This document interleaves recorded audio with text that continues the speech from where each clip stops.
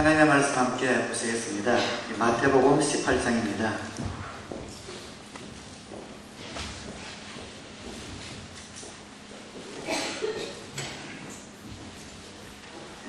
본문이 좀 길지만 한 비유로 되어 있으니까 이야기니까 무슨 이야기인지 생각하시면서 제가 읽을 때에 따라오시기 바랍니다. 18장 21절로 35절입니다. 그때 베드로가 예수께 다가와서 말하였다. 주님, 내 형제가 나에게 자꾸 죄를 지으면 내가 몇 번이나 용서하여 주어야 합니까? 7번까지 하여야 합니까? 예수께서 대답하셨다. 7번만이 아니라 70번을 7번이라도 하여야 한다. 그러므로 하늘나라는 마치 자기 종들과 샘을 가지려고 하는 어떤 왕과 같다. 왕이 샘을 가리기 시작하니 10,000달란트 빚진 종 하나가 왕 앞에 끌려왔다. 그런데 그는 빚을 갚을 돈이 없으므로 주인은 그 종에게 자신과 그 아내와 자녀들과 그가 가진 것을 모두 팔아서 갚으라고 명령하였다. 그랬더니 종이 그 앞에 무릎을 꿇고 참아주십시오. 다 갚겠습니다 하고 애원하였다. 주인은 그 종을 가엾게 여겨서 그를 놓아주고 빚을 없애주었다. 그러나 그 종은 나가서 자기에게 100데나리온 빚진 동료 하나를 만나자 붙들어서 멱살을 잡고 말하기를 내게 빚진 것을 갚아라 하였다. 그 동료는 엎드려 간청하였다. 참아주게 내가 갚겠네.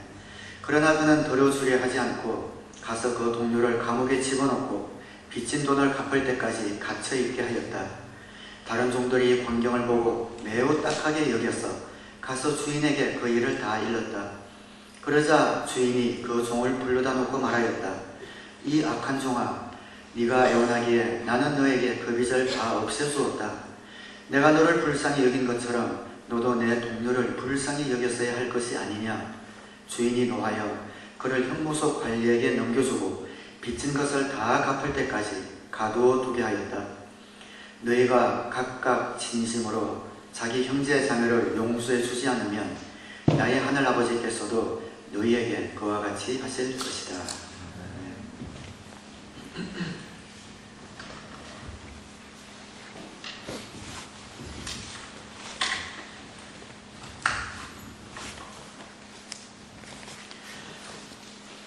우리가 능력 있는 삶을 사는 것은 우리 크리스찬의 의무이자 특권입니다. 우리 크리스찬은 사람의 힘으로 할 수 없는 일들을 하면서 그렇게 살아가야 합니다. 한마디로 말해서 우리 크리스찬들은 능력 있는 그런 삶을 살아야 합니다. 그 능력이 어떤 능력인가? 첫 번째는 어떤 사역의 능력이라고 생각합니다. 요한복음 14장 12절에 보면 내가 진정으로 너에게 말한다.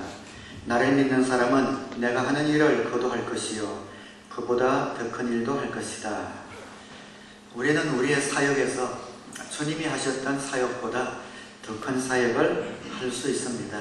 주님이 그렇게 약속하셨고 그 능력을 우리에게 부어주셨기 때문입니다. 사역의 능력을 경험하며 살아가야 합니다. 또 두 번째, 우리는 변화의 능력을 경험하며 살아갑니다. 여러분이 예수님을 영접할 때 성령님이 우리 가운데 오셔서 우리로서는 맺을 수 없는 성령의 열매들을 맺게 하십니다. 사랑과 기쁨과 평화와 오래 참음과 자비와 친절과 충성과 온유와 절제, 이런 열매들을 우리 가운데서 맺게 하십니다. 우리가 정말 크리스찬이라면 우리는 이런 변화의 능력을 체험하며 살아가야 합니다. 생명의 삶 간증에서도 13주가 지난 다음에 자신의 삶에 변화를 보고 자신도 놀랐다는 그런 간증처럼 이런 변화의 능력, 그걸 우리가 경험하면서 살아가야 합니다. 사역의 능력, 변화의 능력, 그리고 하나 더 경험해야 될 능력이 있다면 기도의 능력이죠. 마태복음 21장 22절에 또 너희가 기도할 때에 이루어질 것을 믿으면서 구하는 것은 무엇이든지 다 받을 것이다. 자연, 물리적인 세계에서 사는 우리가 할 수 없는 초자연적인 이러한 일들, 그런 것은 기도의 능력을 통해서 이루어집니다. 그래서 이런 사역에서 능력이 나오고 우리의 삶 가운데서 변화의 능력이 나오고 우리가 할 수 없는 것을 하나님께 구하여 응답받는 기도의 능력. 이것은 우리 그리스도인의 의무이자 책임이고 또한 특권입니다. 그런데 많은 경우에 많은 그리스도인들이 이런 능력을 경험하면서 살아가고 있지 못합니다. 그리고 오히려 이런 능력을 체험하면서 그런 능력이 그 삶 가운데서 공동체 가운데서 나타나는 사람들을 오히려 이상하게 보고 유별나게 보면서 능력의 종교인 기독교를 도덕적인 그런 종교로 끌어내려 버렸습니다. 그래서 우리가 예수를 믿어야만 구원 얻는다 라는 이러한 진리를 오히려 끌어내리고 도덕적으로 그런 차원으로 사는 것이 기독교인 것처럼 살아가는, 그래서 고상하게는 살아가지만 능력 있는 삶을 살지 못하는 많은 그리스도인, 많은 교회들이 있습니다. 우리 기독교를 도덕적인 차원, 윤리적인 차원으로만 이해한다면 기독교는 다른 종교와 차이가 없습니다.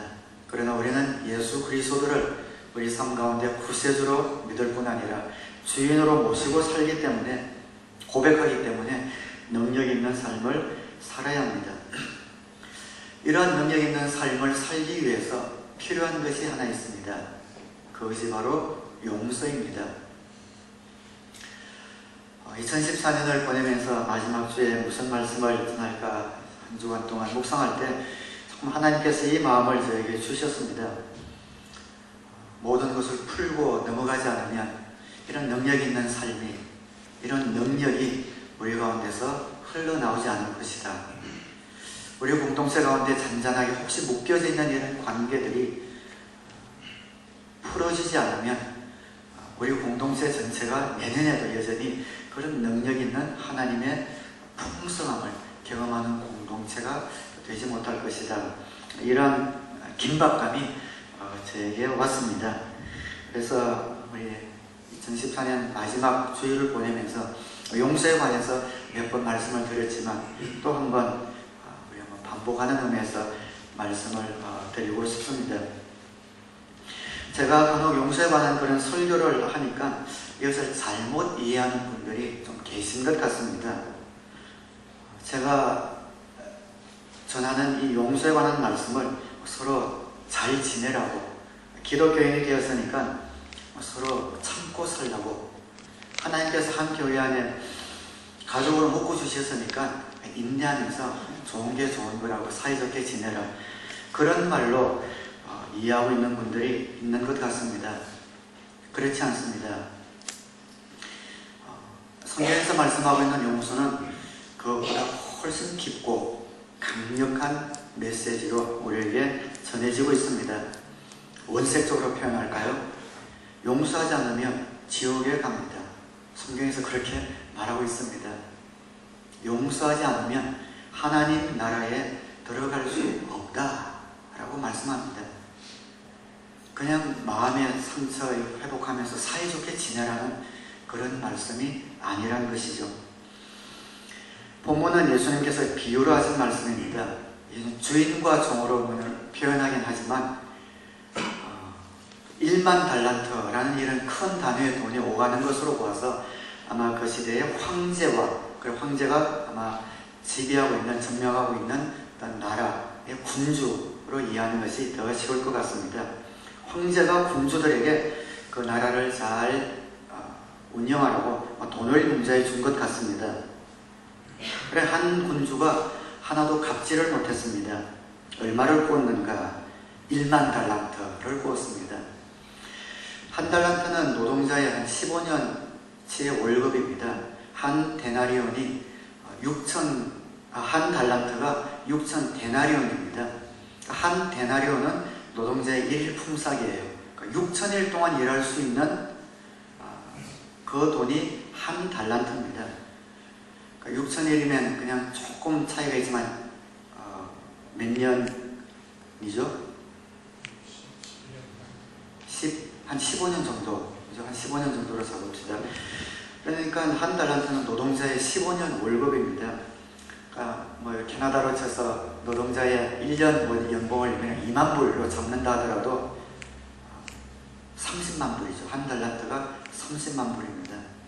그런데 10,000달란트를 융자해 주었으니까 30만 곱하기 만 하면 30억 불, 어마어마한 돈이죠. 30억 달러를 융자를 해준 겁니다. 그런데 이 군주가 그 빚을 지고 갚지를 않은 겁니다. 왕이 얼마나 노했겠습니까? 그래서 왕이 그 군주에게 너가 갚지 못했다면 너 가족을 모두 다 종으로 팔아라. 이제 큰일 났습니다. 그래서 그 군주가 간청을 합니다. 살려주십시오. 간청을 하지요. 그러니까 26절에 조금만 더 참아주시면 갚겠습니다. 갚겠습니다. 근데 어떻게 30억 불을 갚겠습니까? 말도 안 되지요.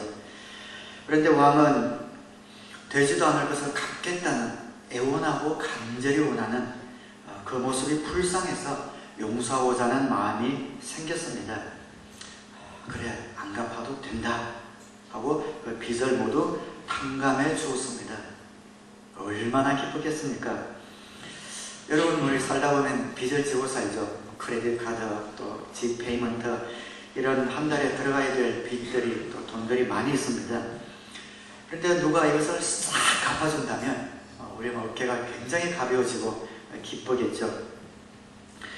그리고 난 다음에 이 사람이 집으로다가 자기에게 빚진 사람을 만나게 됩니다.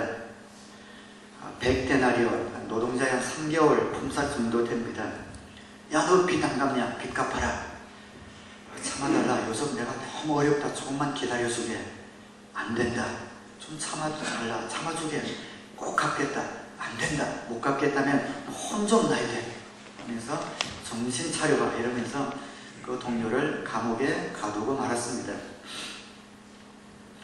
이웃들이 그것을 보고 너무나 안 되어서 왕에게 와서 이 사실을 보고를 하지요. 왕이 더 화가 났습니다. 오늘 본문 32절, 33절에 보면 그러자 주인이 그 종을 불러다 놓고 말하였다. 이 약한 종아, 네가 애원하기에 나는 너에게 그 빚을 다 없애주었다. 내가 너를 불쌍히 여긴 것처럼 너도 내 동료를 불쌍히 여겼어야 될 것이 아니냐. 여러분이 왕이라도 아마 그런 분노를 아마 가졌을 겁니다. 이 임금의 분노는 당연한 것이었습니다. 34절에 주인이 노하여 그를 형무소 관리에게 넘겨주고 빚진 것을 다 갚을 때까지 가두어 두게 하였다. 내가 너에게 이렇게 큰 은혜를 베풀었는데 그 은혜를 잊어버렸느냐? 안 되겠다. 나는 갚을 때까지는 감옥에 있으라 하고 감옥에 넣었다는 그런 비유입니다. 이 비유의 핵심은 용서지요. 베드로가 예수님에게 내가 잘못한 사람에게 몇 번을 용서해 줘야 합니까? 라는 질문에서 이 비유가 시작이 되었습니다. 그 당시 율법에서 갈라진 그런 그들의 바리새인들의 규율에 의하면 누가 나에게 잘못했을 때 3번까지는 용서해 주어라 라는 그런 규율이 있습니다. 사실 우리 교회 다니는 분들은 용서는 70번씩 7번이라도 용서해 주어라 라는 그런 말들을 하도 많이 들어서, 이 말씀을 건성으로 하도 많이 들어서 3번만 용서해 주어라 라는 바리새인들이 굉장히 우습게 보이지만 사실 저 여러분은 3번이나 용서합니까? 질문한다면 여러분 자신 있으신지요? 남이 여러분에게 잘못했을 때, 여러분에게 손해를 끼쳤을 때, 여러분에게 모욕을 주었을 때, 여러분의 자존심을 상하게 했을 때, 여러분을 힘들게 했을 때 여러분은 몇 번을 봐줍니까? 완전하게 용서해 줍니까? 일평생 동안 한 번 하기도 힘들지 않습니까? 한 번 내 눈에 나면 말도 안 합니다. 한 번 내 눈에 나면 그냥 마음으로 선을 그어버리고 살아갑니다. 그리고 상대가 더 큰 실수를 하면 사람으로 취급도 안 합니다. 우리는 한 번도 봐주지 않습니다. 근데 바리새인들은 3번까지는 봐줍니다. 굉장한 겁니다. 그러니까 베드로가 그것보다 더 많이 해서 예수님에게 예수님 7번까지는 용서해 줘야 합니까? 굉장히 많이 쓴 거죠. 그런데 예수님께서 뭐라고 말씀하시는가? 21절 22절에 보면 그때 베드로가 예수께 다가와서 말하였다. 주님, 내 형제가 나에게 자꾸 죄를 지으면 내가 몇 번이나 용서하여 주어야 합니까? 7번까지 하여야 합니까? 예수께서 대답하셨다. 7번만이 아니라 70번을 7번이라도 하여야 한다. 490번이라는 말이 아니라 유대인들의 7이라는 숫자는 무제한이라는 이런 의미를 가지고 있죠. 무제한 곱하기 무제한. 횟수를 정하지 말고 끝까지 용서해야 한다. 3번, 7번, 10번, 50번, 100번, 1000번, 10,000번 죽을 때까지 용서해야 한다. 용서는 생사가 걸린 문제다라는 겁니다. 우리가 하나님의 자녀가 되고 하나님의 은혜를 받았습니다. 하나님의 복을 받고 능력 있는 삶을 살게 되었습니다. 영원한 형벌인 지옥에서 영원히 살아가야 할 우리를 대신하여 예수님께서 돌아가셨습니다. 예수님의 보혈의 용서의 능력으로 저와 여러분은 하나님의 자녀가 되고 풍성한 삶을 누리는, 우리 힘과 능력으로 꿈도 꾸어보지 못할 그런 복과 은혜와 특권을 우리가 누리며 살아갑니다. 죄라는 것은 하지 말라는 것을 해도 죄지만 하라고 하는 것을 하지 않는 것도 죄입니다. 저와 여러분은 말과 생각과 행동으로 무수한 죄를 지었습니다. 그러나 하나님께서 예수 그리스도의 보혈을 통하여 우리의 죄를 단번에 용서해 주시고 우리를 양털보다 희게 흰눈보다 깨끗하게 하나님의 자녀 삼아 주시고 우리를 의롭다 인정해 주셨습니다. 우리는 여전히 죄인이지만 예수 그리스도의 보혈로 우리를 덮어주셔서 하나님이 우리를 보실 때는 우리의 부족한 모습이 아니라 주님의 보혈을 통과해 우리를 보실 때에 의로운 모습으로 보이게 되고, 그래서 우리를 의롭다. 여러분, 의롭다라는 것은 성경의 창세기부터 요한계시록에 있는 모든 말씀을 하나도 어기지 않고 살았을 때에 의롭다라고 할 수 있습니다. 우리는 실제로 의롭지 않은데 하나님께서 예수 그리스도의 보혈을 통해서 우리를 의롭다고 인정해 주시면서 우리로 인하여 기쁨을 이기지 못하시고 복과 은혜와 축복과 평강을 주시기 원하시는 분이 우리의 아버지 하나님이십니다. 그뿐입니까? 우리는 신앙생활 하면서 수시로 죄를 짓습니다. 하루에도 수백 수천 가지 생각으로 말로 행동으로 죄를 짓습니다. 그러나 그때마다 주님의 보혈 앞에 나와서 주님의 피를 부여잡고 회개하면 그때마다 용서해 주십니다. 잘못할 때마다 주님께 가서 예수님의 보혈을 의지하여 기도할 때마다 그때마다 기억도 하지 아니하시고 우리의 죄를 주님께서 씻어 주십니다. 이렇게 엄청난 용서를 받았고 날마다 용서를 받고 있는데 하나님께서 나를 용서해 주시고 날마다 용서해 주시는데 우리는 길 가다가 우리에게 잘못한 사람을 만났는데 용서해 주지 않으면 어떻게 되겠습니까? 오늘 본문 35절에 너희가 각각 진심으로 자기 형제 자매를 용서해 주지 않으면 나의 하늘아버지께서도 너희에게 그와 같이 하실 것이다. 우리가 남을 용서하지 않으면 하나님께서도 이와 같이 하신다는 겁니다. 우리의 죄를 물으신다는 겁니다. 그러면 우리는 용서받을 길이 없습니다. 여러분, 용서는 해도 되고 안 해도 되는 것이 아닙니다. 반드시 해야 하는 것이고 필수입니다. 죽고 사는 문제입니다. 많은 분들이 용서가 이 정도로 중요한 것인지 모르고 살아갑니다.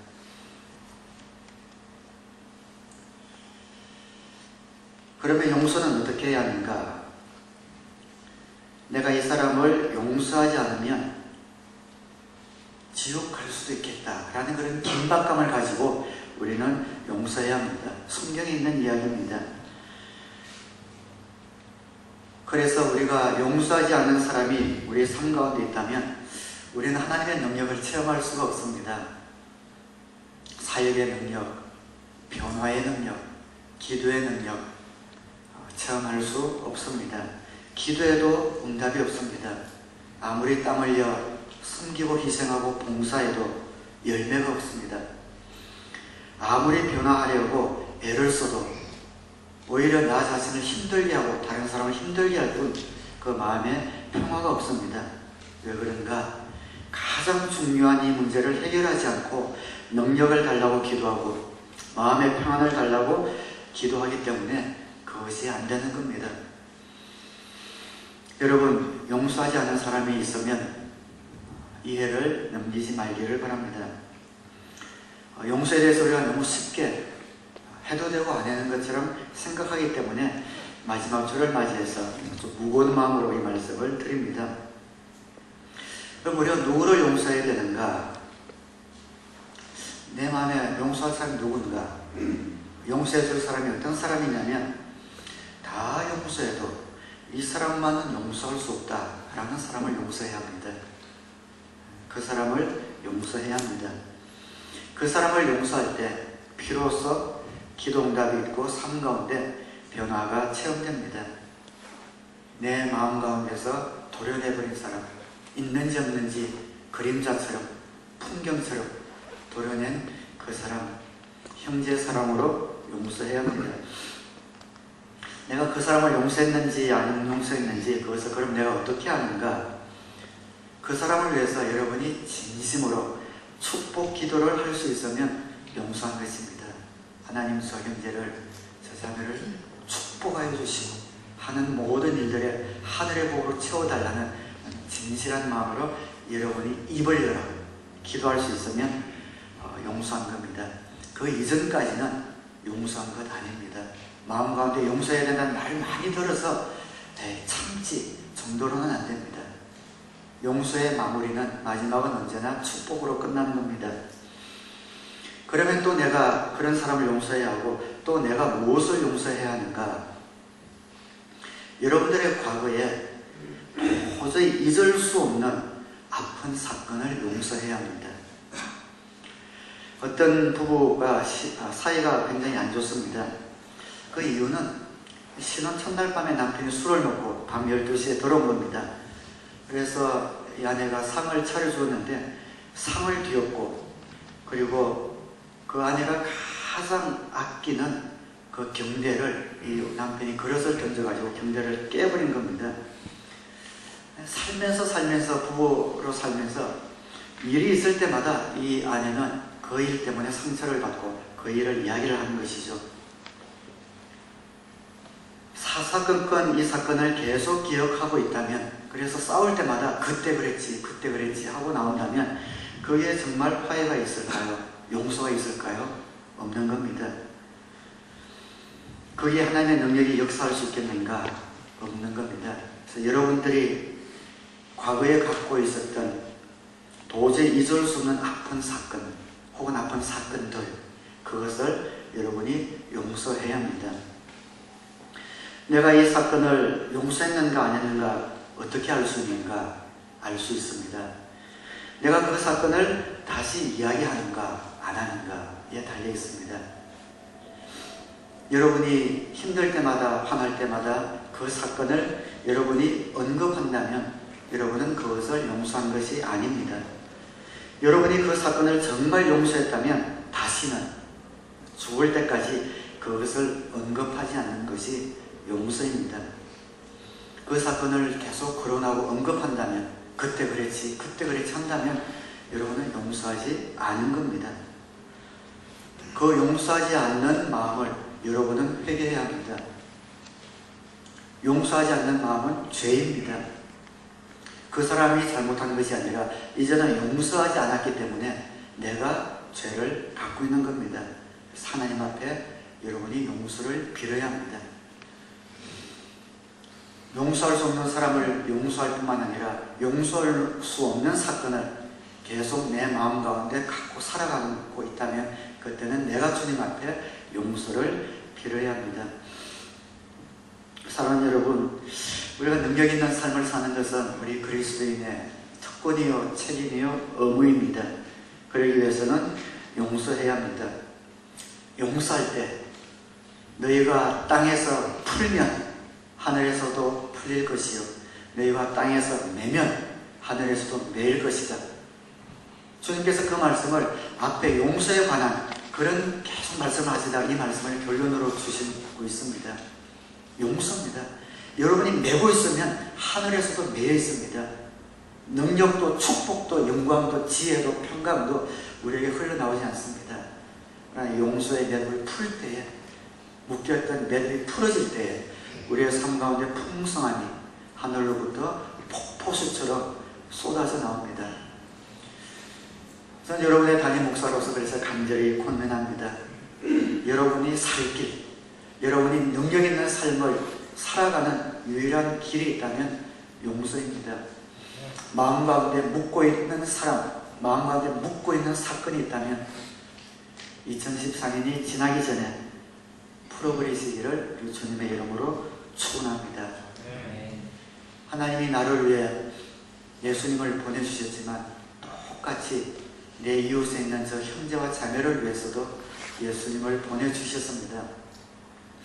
여러분, 우리 자녀들이 아무리 미운 짓을 해도 누가 우리 자녀를 보고 걔 왜 그러냐, 왜 그렇게 거치냐, 걔 커서 뭐 되려고 그러냐 이러면 기분 좋은 부모님들 없죠. 그럼에도 불구하고 우리 자녀의 어떤 아름다운 그런 마음들, 또 성품들, 또 부모님만 아는 아끼고 싶은 그런 마음들 있기 때문에 누가 우리 자녀를 욕하고 하면은 기분이 좋지 않습니다. 모든 인류는 하나님의 자녀입니다. 하나님은 똑같은 마음으로 모든 자녀를 사랑하세요. 그런데 우리가 다른 사람을, 다른 형제를 용서하지 못하고 비판하고 손가락질하면 하나님은 우리를 사랑하시지만 마음이 너무 아픕니다. 나도 너를 사랑하는 것처럼 저 형제도 똑같이 사랑한단다. 풀면 안 되겠니? 풀면 안 되겠니? 성령님을 통해 우리에게 계속 권면하고 말씀해주고 있는 겁니다. 사랑하는 여러분, 우리가 용서해서 꼭 알아야 할 것이 있습니다. 용서해도 시간이 오래 좀 지나기까지는 우리 마음 가운데 아픔과 기억이 남아 있습니다. 이것을 몰라서 많은 분들이 용서하고 나서도 용서했는지 아닌지 잘 모르는 것 같아요. 용서라는 것은 점점 잊혀져 가는 겁니다. 우리 감정 가운데 새겨진 상처는 시간을 좀 필요로 합니다. 생명의 삶에 들어오면 자세하게 그런 이야기를 드리지만, 쿠리템 붐이라는 폴란드 여인이 있습니다. 이분이 2차 대전 때 유대인을 숨겨준 것으로 인해서 누가 밀고를 하는 바람에 유대인 포로 수용소에 잡혀 들어가서 자기 여동생도 거기서 죽고 고생하다 하나님의 은혜로 기적적으로 살아난 분입니다. 이분이 자선을 쓰셨는데, 그를 독일군에게 밀고 한 자기 이웃에 사는 폴란드 청년이 있었습니다. 그리고 독일군에게 붙어서 호위호색했던 그런 청년입니다. 전쟁이 끝나면 당연히 그 청년은 전범 재판에 넘겨질 줄 알았는데 요리조리 잘 도피해가지고 오히려 명예도 없고 끙끙거리며 잘 살고 있는 모습을 이 여인이 본 겁니다. 마음이 얼마나 아픈지, 자기가 구원받은 것보다 그 자기를 밀고 한 그 자가 저렇게 호위호식하면서 잘 살고 있는 것 때문에 그리스찬이지만 하나님 그 수용소 가운데 독실한 믿음을 갖고 나왔지만 그것이 마음에 걸려서 잠을 이루지 못했다는 것이죠. 그러다가 그 한 목사님에게 상담을 하고 목사님이 그 여인을 종탑에 데려가서 종을 한번 쳤답니다. 종을 세게 치니까 땡땡땡 하면서 그 종소리가 점점 줄어들고 그 큰 종소리의 강도도 점점 줄어드는 것을 보면서, 자매님, 용서는 이와 같은 것입니다. 용서하게 되면 반복적으로 하는 겁니다. 그렇다면 언젠가는 이 종소리가 줄어드는 것처럼 자매의 마음 가운데도 미움과 상처가 사라질 겁니다. 그리고 나서 용서하기로 결단을 했다지요. 그리고 간증을 하면서 어느 마을에 갔는데 간증 집회를 마치고 나왔는데 그 청년이 그 집회에 참석해서 그 간증을 듣고 있더랍니다. 전부 다 나와서 자매인에게 은혜 받았다고 악수를 하는데 그 청년의 차례가 다가올 때 이 자매님이 굉장히 마음이 혼란스러웠답니다.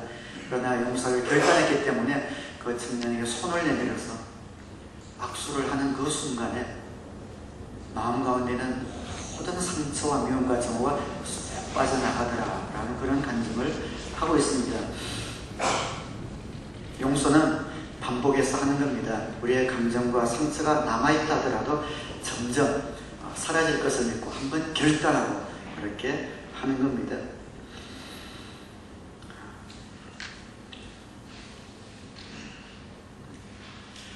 그리고 나서는 하나님께서 우리에게 마음 가운데 평안을 주시고 또 능력 있는 삶을 살 수 있는 그런 길들을 주님께서 인도해주고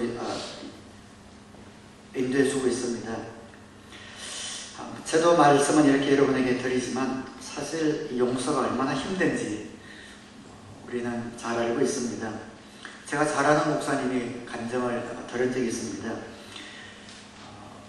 어느 도시를, 미국에서는 도시를 떠나서 다른 도시로 이제 목회를 가셨는데, 그때 살던 도시에서 어떤 분에게 너무 큰 상처를 받았답니다. 그 사람을 생각만 하면 혈압이 오르고 손이 떨리고 밤에 잠이 안 오더랍니다. 그리고 멀리 떨어졌지만 계속 그 사람에 대한 소식에 귀를 기울이는 겁니다. 그래서 그 사람이 이렇게 망했다, 이 사람이 잘못되었다라는 그런 소식이 오기만을 기대하고 있는 자신을 발견을 했다는 겁니다. 근데 기도할 때마다 하나님이 그런 도전을 주셨답니다. 네가 용서해야 된다. 주님, 제가 용서했습니다. 아니다, 네가 용서해야 된다. 주님, 제가 용서했습니다. 자기 용서했다고 생각한 거예요, 그 목사님은. 아니다, 용서해야 된다. 근데 자꾸 주님께서 용서해야 된다라고 말씀하시니까 어떤 위기감이 든 겁니다. 내가 정말 용서하지 않으면 내가 부임해온 이 교회 사역이 되지 않겠다. 하나님께서 이 사역 가운데, 목회 가운데 복을 주지 않겠다라는 위기감이 생기더랍니다. 그래서 이분이 스스로 실천하기로 한 결심이 있는데 편지를 쓰기로 한 겁니다. 왜 편지를 쓰기로 했냐면 마태복음 5장 23절이 생각이 나서 그런 겁니다. 네가 제단에 제물을 드리려고 하다가 내 형제나 자매가 내게 어떤 원한을 품고 있는 것이 생각이 나거든. 먼저 화해하고 와서 예배 드리라는 말씀이거든요. 그러니까 네 형제나 자매가 네게 어떤 원한을 품고 있다는 말이 무슨 말이냐면, 직역하면 내가 잘못한 것이 생각나거든. 그 사람에게 내가 잘못한 것이 생각나거든. 너 쪽에서 먼저 용서를 구하라, 화해를 청하라 라는 그런 말씀입니다. 우리의 문제는 무엇인가 하면은 내가 용서를 사실은 빌어야 할 사람인데 용서해 주려는데 문제가 있는 겁니다.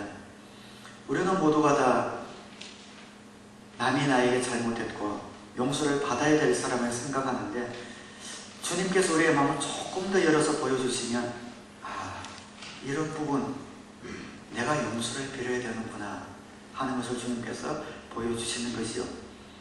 근데 그것을 우리가 보지 못합니다. 그래서 주님께서 이 본문에도 그 사람에게 받은 상처는 전혀 언급을 하지 않습니다. 그냥 너 쪽에서 너가 잘못한 것을 화해하라 라는 거죠. 여러분, 우리가 어떤 사람과 관계가 틀어지기 시작하면 서로 상처를 주고받게 되어 있습니다. 어떤 경우에도 일방적인 것은 없습니다. 한번 틀어지면 서로가 상처를 주고받게 되어 있습니다. 그래서 이 목사님이 자기만 큰 상처를 받았고 잠을 이루지 못한다고 생각했는데, 자기가 살아야 될 길은 저 사람이 자기에게 와서 용서를 구하는 것만이 자기가 살아야 될 길이라고 생각했는데, 이 말씀을 보고 자기가 잘못한 것을 적기 시작한 겁니다. 써내려가다가 너무 울음이 터져 나오더랍니다. 주님, 제가 죄인입니다. 주님, 제가 잘못했습니다. 회개의 울음이 터져 나오더라는 겁니다. 물론 회개의 울음이 터져 나오기 전에 처음에는 억울한 마음 때문에 울음이 터져 나오더래요. 하나님, 내가 피해자인데 제가 왜 용서를 빌어야 합니까? 내가 왜 용서를 빌어야 합니까? 그러나 써내려가면서 자기가 잘못한 것, 그리고 내가 용서하지 않으면 나는 망한다 라는 마음으로 편지를 써서 보내진 않았답니다. 그 편지를 쓰는 가운데 모든 용서가 이루어졌더랍니다. 그러고 나서 목사님이 하시는 말씀이 그때로부터 능력이 그분의 삶 가운데 나오기 시작하더라는 겁니다. 말씀을 읽을 때에 하나님께서 영감을 주셔서 하나님의 마음이 쏙쏙 들어오기 시작하고 설교를 할 때 하나님의 능력이 선포되기 시작하고 그때부터 하나님의 능력이 목회 가운데 임하더란 것이죠. 기도를 하면 기도 응답 받는 것이 눈에 보이더란 겁니다. 사역의 열매, 변화의 열매, 기도의 열매가 그때부터 보이더란 겁니다. 이것이 바로 용서의 능력입니다. 우리가 용서의 문제를 해결할 때 하나님의 능력이 우리의 사역, 우리의 가정, 우리의 목장, 우리 교회 가운데 나타납니다. 사랑하는 여러분, 용서하지 않으면 지옥합니다. 그런 마음으로, 그런 긴박감으로 우리는 용서를 해야 합니다. 용서하지 않도록 하는 마귀와 싸워야 합니다. 우리가 용서하면 하나님의 축복이 폭포수처럼 쏟아질 것을 마귀가 가장 잘 알고 있습니다. 우리의 사역에 엔진이 붙어서 놀라운 열매들이 맺어질 것을 마귀가 알고 있습니다. 기를 쏘고 우리 마음 안에 매듭진 것을 풀지 못하도록 합리화하고 변명하게 만들고 참게 만들어서 용서까지 가지 못하게 만드는 것이 바로 마귀입니다. 우리를 용서하지 못하게 만드는 이 사단과 끝까지 싸워서 이기는 저와 여러분 되시기를 주님의 이름으로 축원합니다. 지난주 금요일에 아마 개봉된 영화로 알고 있는데요. 앤젤리나 졸리가 감독한 언브로큰이라는 영화가 있습니다. 평이 좋아서 찾아봤더니 실제 실화를 바탕으로 만든 영화라고 합니다. 미국의 최연소 국가대표로 뽑혔던 1차 대전 때 육상선수, 이탈리아의 미국인인데요. 그 사람에 관한 영화입니다.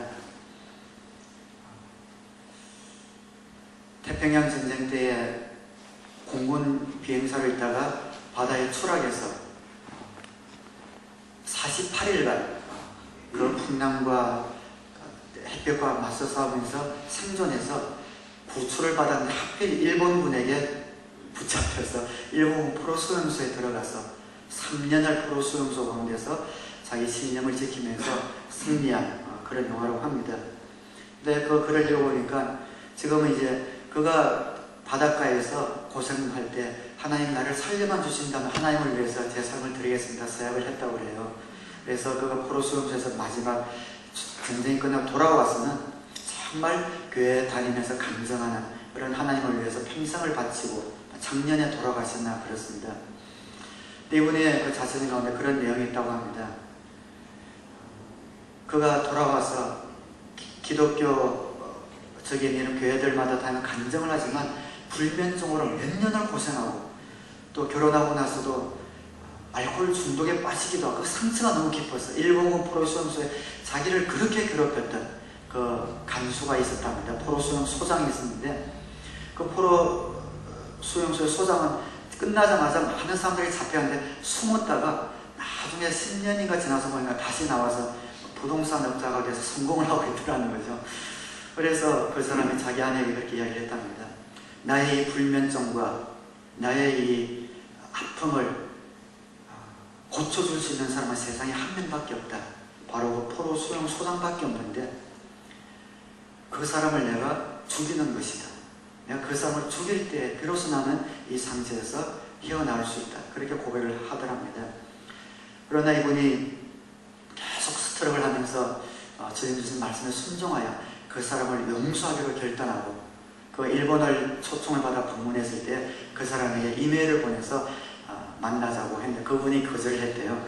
그러나 그분을 용서하기로 결단했을 때 그분 마음에 참 평안이 찾아오고 90세가 넘을 때까지 그런 용서는 우리의 참 평안은 남을 용서하는 것이다. 용서는 우리 인생의 가장 중요한 것이다. 라는 것을 전하면서 주님 앞에 부름을 받았다고 합니다. 시간이 되면 그 영화 한번 보시기 바랍니다. 결론을 짓겠습니다. 어느 구두가게 주인이 있었답니다. 그 구두가게 주인에게 하나님이 네 소원 한 가지만 들어주겠다. 그러나 조건이 있다. 네 소원을 들어주되 네 옆에 있는 그 옆에 또 이웃에 구두가게 하나 더 있었는데 네 옆에 있는 구두가게는 무엇이든지 너의 2배로 주겠다. 하나님 그렇게 말씀하셨답니다. 네 소원을 들어주지만 네 이웃에 있는 부족하게는 그 2배로 내가 주겠다. 이 하나님의 말씀을 듣고 이 부족하게 중에 고민이 생겼습니다. 자, 이거 한 달에 제 소득을 1만 불로 해주세요. 하면 역하게 2만 불을 든단 말이죠. 고민이 되는 겁니다. 며칠을 고생하다가 주님 앞에 그렇게 소원을 아렸답니다. 하나님 그냥 저를 애꾸로 만들어 주세요. 자기가 애꾸면 저쪽은 장님이 되니까 저를 애꾸 눈으로 만들어 주세요. 기도를 했답니다. 물론 유머지만 웃을 일이 아닙니다. 우리 마음이 본질상 진노의 자녀이고 사악합니다. 남이 잘 되는 것을 못 봅니다.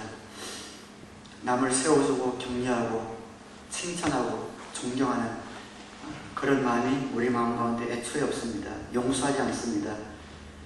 그러나 성경은 남을 용서하지 않으면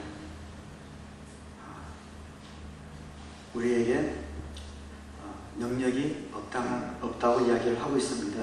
남을 용서하지 않는 사람은 너 죽고 나 죽자 이거밖에 아닙니다. 나 죽고 너 죽자 이거 외에는 다른 것으로 표현할 길이 없습니다. 하나님이 여러분을 사랑하셨듯이 여러분에게 상처를 준 그 형제도 자매도 하나님이 사랑하시고 여러분들이 그 매듭을 풀고 화해하기를 바라고 계십니다. 간절하게 부탁드립니다. 새해를 맞이하기 전에 여러분 삶 가운데 묶여져 있는 모든 매듭을 푸시고 용서하셔서 여러분도 살고 그분도 살아나서 하나님이 주시는 사역의 능력, 변화의 능력, 기도의 능력을 체험하며 새해를 맞이하게 되기를 우리 주님의 이름으로 축원합니다. 기도하겠습니다.